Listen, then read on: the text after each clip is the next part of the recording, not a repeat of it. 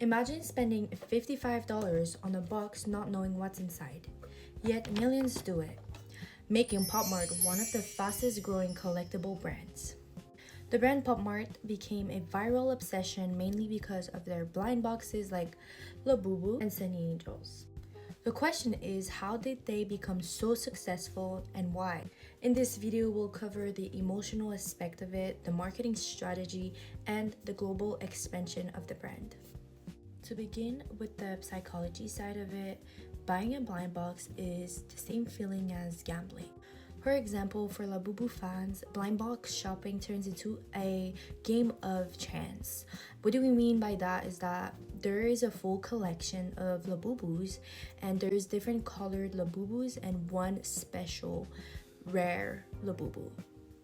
That's when the thrill of anticipation and the feeling of surprise comes in, and that's like a cycle, an emotional cycle that brings people to spend and sometimes even overspend. There's also an emotional aspect of being in a community, following the trend, and that can also lead to having millions of views of you just opening a blind box. It's basically the feeling of being a part of something, and these collectibles allow people to perform an expertise. Moving on to their marketing strategy. So they speak to behavior and they don't just market one specific group, age group, let's say. They're more going to focus on what people do and their behaviors. They're craving surprises. They're hunting for rare finds.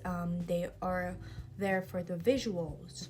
And that brings me to their strategy of tapping into scarcity. They're going to come up with products that are limited edition, rare, secret finds, and that's what triggers also FOMO. And that is what triggers urgency and make people act fast. Pop Mart also create communities because of those blind boxes. They're gonna encourage user-generated content to really bring people together, like unboxing and in-store experiences. People are gonna share that, like on TikTok. Us humans are social and we want to feel like we belong, and that validation is what keeps the momentum. So as you can see, their tactics are not accidental but very much more built around human psychology. Now for third, let's talk about the global expansion of the brand. Pop Mart announced their global expansion after their overseas sales exploded. They aim to have over 200 stores overseas by the end of 2025. Pop Mart can produce cheaply because China's manufacturing strength, but that doesn't explain their success. They have a strong IP development using Skull Panda, Labubus.